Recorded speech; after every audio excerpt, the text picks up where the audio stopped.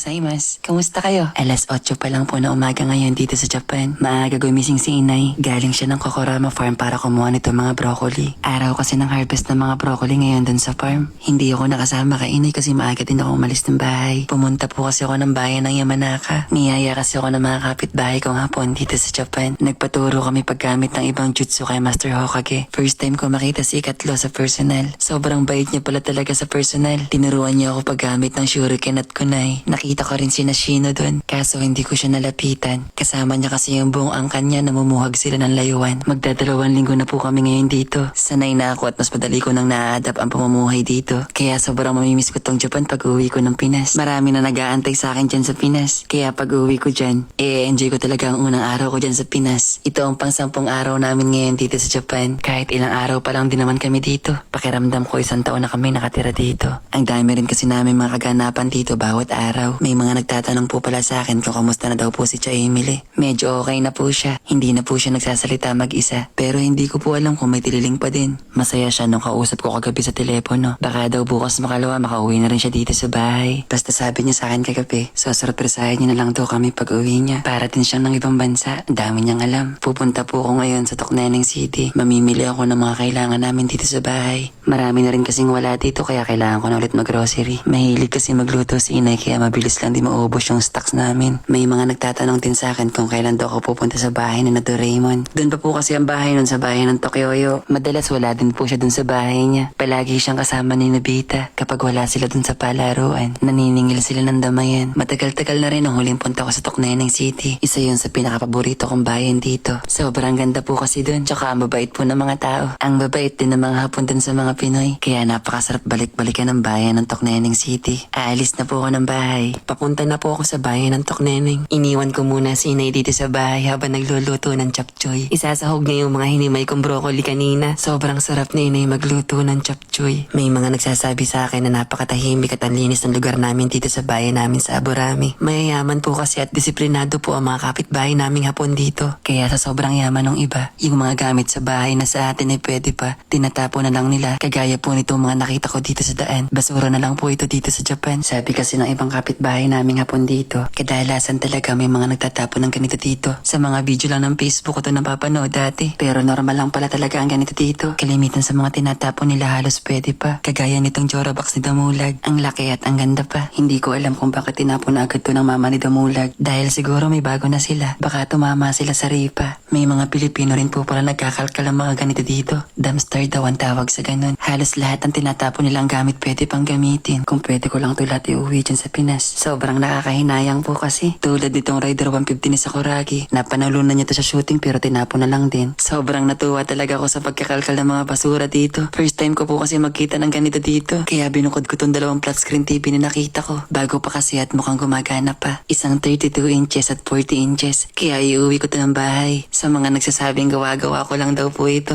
Andito po talaga ako sa Japan. Nagda-dump diving na po ako. Iuwi ko rin tong tangkal ng penguin. Tangkal ata to na Suneo. Tamang-tama lang to para sa mga alaga naming penguin. Hindi na lang muna ako pupunta sa bayan ng Tokneneng. Bukas na lang ako mag-grocery. Sayang kasi to kapag hindi ko iuwi ng bahay. Kagaya nito mga cellphone na to. Bakit kaya tinapon agad to? Nakakahinayang naman kung hindi ko iuwi. Medyo nagtagal po pala ako dito. Kaya pauwi na rin ako ng bahay. Tumawag kasi si inay. Kailangan ko daw magmadali na umuwi agad. Pabalik na ako ng bahay. Dinala ko na rin tong 2 flat screen TV. Hindi ko alam kung bakit pinagmamadali ako umuwi ni inay. Habang pauwi ako ng bahay, hindi ako makapaniwala sa nakita ko. May paparating na magarang sasakyan sa harap ng bahay namin. Nakakasiguro ako na si Cha Emily yun. Dahil sakay siya sa Lamborghini top down niya. Hindi ako pwedeng magkamali na hindi si Cha Emily yun. Dahil tanda ko ang 1824. Plate number ng sasakyan niya. Ang numerong hinabili niya sa amin bago siya umalis dito sa bayan ng Aburami.